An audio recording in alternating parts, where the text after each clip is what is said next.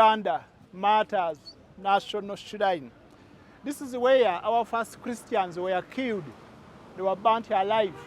They were burnt to ashes on the 3rd of June, 1886, 136 years.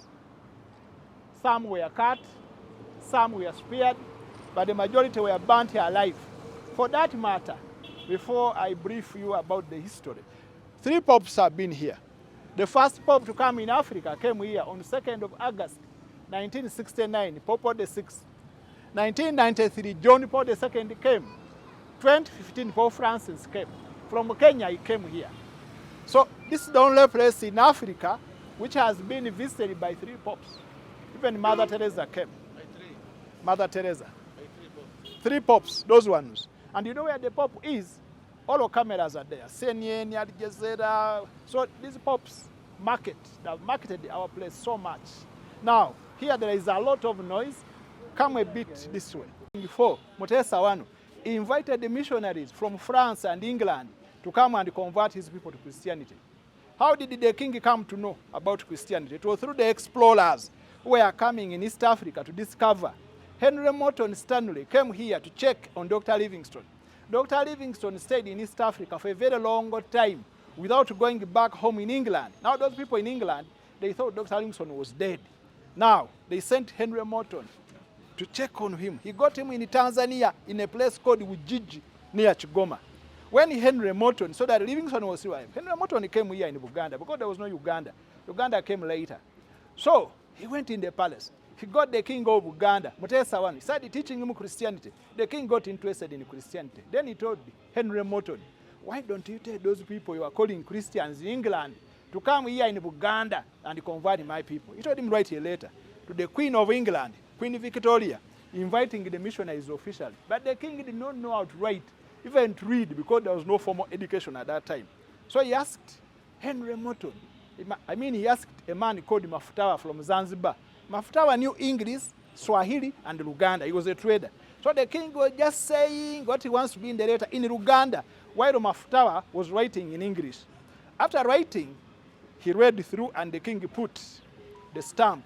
That letter was taken in England by Leonard de Benefeld and it was published there in a newspaper called the Daily Telegraph of England on the 14th of April, 1875. After 2 years, missionaries started coming in Uganda. They were Anglicans.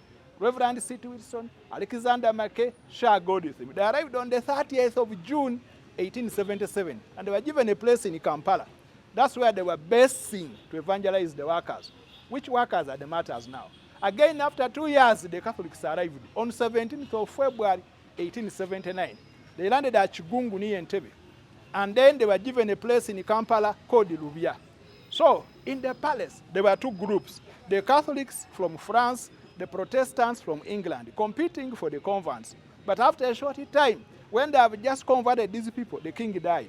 Mutesa died. When Mutesa died, his real son Lwanga succeeded him. Now it was Kabaka Lwanga who killed these people. Why? On Sunday, they were not working. They were going for prayers. The Kabaka thought they are minimizing him and they are becoming disobedient. And disobeying a king was a capital offense. It was enough to make you die. A king was almost God here. A king had all of the powers, executive, legislative, judicial, even beyond that.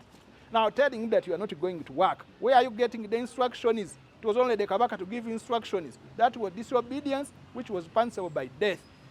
The way they were praying, let your kingdom come. When they are saying, our Lord is by the younger king thought, now which kingdom is that? This one was punishable by death. Now, the first people to come, the first foreigners to come here, they were Arabs. But they were spreading Islam alongside the slave trade.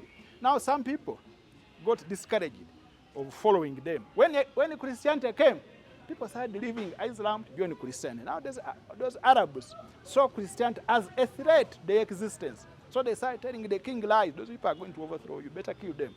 The king took the advice seriously. Not only that, Christianity preached against witchcraft. People stopped going to the witch doctors to get solutions for their problem. The witch doctor lost market. They also influenced the younger king to kill. A king had a prime minister. The Waganda called him Katikiro. His name was Mukasa. Katikiro Mukasa influenced the younger king to kill the Christians. Why? He thought the king might appoint one of these Christians, especially Joseph Walikudembe, to become a prime minister and lose the position.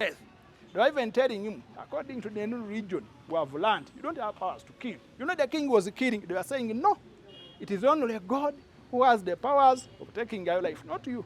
Something which was unheard of for a worker to criticize a king. A king was ever right. Even if he slapped you, you thank him. Even if he took your wife, you thank him. So telling him, this is wrong, this is wrong. He thought he became Christian. What should we do?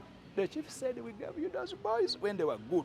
They are being spoiled by the white men. If you want to kill, kill. We shall give you loyal boys. It was a killing site in Uganda. It was one of the main execution sites in Uganda. But this was the main. They were killing here 3 types of people. The princesses, who were sentenced to death by the king, Namugongo. The chiefs, sentenced to death by the king, Namugongo. The criminals, the commoners, like the Uganda Martys, who were sentenced to death, Namugongo. And Namugongo means this back. Because by the time they reached this way, they could not walk.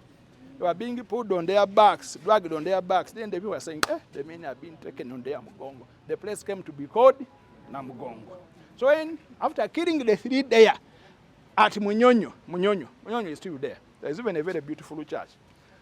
They continued, they reached at Old Kampala, Mulumba, Martys. The eldest, 50 years of age, refused to walk. He said, where are you taking me? And Namugongo, you are going to kill me. Why don't you kill me here? There is death here. He refused to walk. He sat down. They cut off his lips. They cut off his hands. They cut off his legs. They skinned the stomach. They were burning whatever they were cutting off. Where they killed Mulumba, there is a church. Mulumba was the eldest, 50 years of age. When Islam came, he became a Muslim. When the Protestant came, he became a Protestant. Balikudembe was beheaded and burnt in Owino market. Now that market is called Senti Balikudembe. So these prisoners who came after 6 months, when they reached there, they stopped, asked the chief killer, the chief executioner Mukajang, asked, who wants to be killed here? Bazeketa said, here I am. They spared him. When you go there, you see a very big cross where they killed Balikudembe and another big cross where they killed Bazeketa. The Uganda Martyrs were not all killed here. They were killed in different places. But this is the main. This is where millions of people come. This is part of strong faith. You can imagine your biological mother crying, putting you on her body, and you refuse to escape. His uncle got annoyed. He said, that boy is mad. How can you be told to escape from death and you say, one day, hit him on the head so that they can burn him when he's dead. The boy was hit on the head, he died. Then they put him on fire with the majority, who were burnt on the 3rd of June, 1886. 3rd of June is a public holiday in Uganda. People come from Nigeria, Zambia, Malawi, Sudan, DRC, Burundi. People walk on foot from Nairobi, Kisumu, Eldoret, Kakamega, Bungoma, all those places of Embu, Kitui. People walk, not because they don't have money, but to make a pilgrimage. For them, they say, if these people were burnt, why can't we walk? When you come here, it is good you came today. If you come on Master's Day, you just say forest of people here. You cannot walk. No vehicle is allowed. They put speakers on the trees and the TV screen so that people can hear them. People walk from northern Uganda, western Uganda. All of flowers get spoiled. It's not only on that day. It is not only spiritual. You see, people come a week before. Altar, where you see red light, is the exact spot where they burnt the leader, Charles Lwanga. It was around midday on Thursday, 3rd of June, 1886. A man known as Senkole tied Charles Lwanga there on a tree where the Baganda throw dead dogs. He humiliated him to the rank of dogs. He was just like a dog. So he burnt him there from foot to head. But he told him, you are burning me, but it is as if you are pouring water over my body. You have not tied me properly. Leave me, I tie myself so that you can burn me. Go and tell the king, he has killed me for nothing. Let him repent. If he does not repent, I'll be his accuser before God. People came and took the ash. When the ash was over, they took the soil. When the soil was over, they started digging. A hole developed, they covered and put the altar. This is the sanctuary. This is the holy of the holies. That shows the Uganda Martyrs in heaven. You see, they have got palms, signs of victory. And there is the Kabaka. You see, the king sitting on the skin of a leopard, showing his powers. He was sentencing the martyrs to death. Take them away. Go and burn them.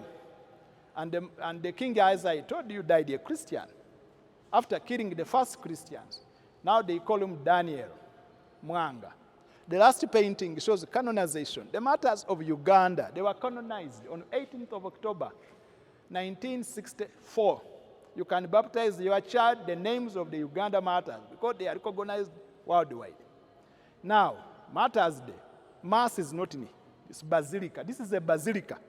A basilica is an honor given to a church constructed where special Christian events took place, and that name is given by the Pope. So the Pope in 1993 raised this church to the rank of a minor basilica. The major basilica is in the Vatican.